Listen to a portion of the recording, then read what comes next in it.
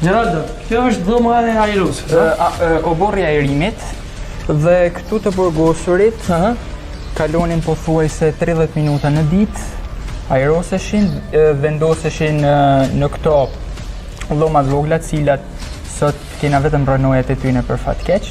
Ato nuk kishin tavan, por ishin të mbulume me tel me gjëmba dhe vendoseshin pra në këto dhoma, qëndronin për 30 minuta gjithmonë në shoqërinë e rojeve dhe pas 30 minuta shoqëroheshin po nga rojet në qelit e tyre përkatëse. 30 minuta në ditë. 30 minuta në ditë ajrosje.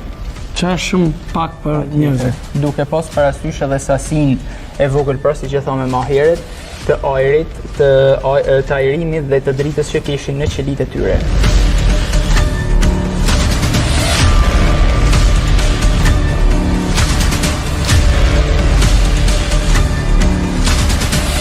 Geraldo, çfarë janë këto fotografi, nderu? Atëherë, në këto fotografi paraqiten në njëra anë të burgosurit politik, nga kjo anë, kurse në anën tjetër paraqiten të pushkatuarit dhe të vrarët e kohës e komunizmit, kohës po të diktaturës komuniste në Shqipëri, në qytetin e Shkodrës dhe për rreth këtij qyteti. Pra, këta janë të pushkatuarit, ande janë të burgosurit politik. Dhe në një farforme në pika shkurta pak a shumë e shpjegum për shikuesit tanë Muzeun e Kujtesës. Unë falenderoj shumë Geraldo që gjete kohën dhe na dhova mundësinë që ne si vizitor në pika shkurta ti tregojmë publikut për Muzeun e Kujtesës. Ju falenderoj dhe unë pamos për vizitën tuaj dhe gjithashtu edhe për interesin tuaj për të promovuar vendin e dëshmisë dhe të Kujtesës në qytetin e Shkodrës. Faleminderit shumë. Ju falenderoj dhe unë.